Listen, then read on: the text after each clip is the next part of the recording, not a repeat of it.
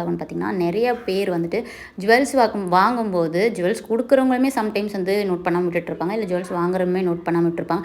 அந்த டைமில் சோக்கர் வந்துட்டு இந்த மாதிரி த்ரெட் இல்லாமல் நிற்கும். அதுக்கு நம்மளுக்கு வேணும் இல்லைங்களா கண்டிப்பாக. ஸோ இந்த மாதிரி வந்துட்டு நான் எப்பயுமே வந்து அட்ஜஸ்ட் பண்ணுற இந்த த்ரெட் வந்து நான் யூஸ் பண்ணி எப்பயுமே வந்துட்டு நான் வச்சுப்பேன் என்னோடய வண்டியில். தென் வந்து இது பட்டன்ஸ். என்னடா இது பட்டன்ஸு, ரப்பர் பட்டன்ஸ் எதுக்கு அப்படின்னா, இதுவும் நம்மளுக்கு யூஸ் ஆகும்.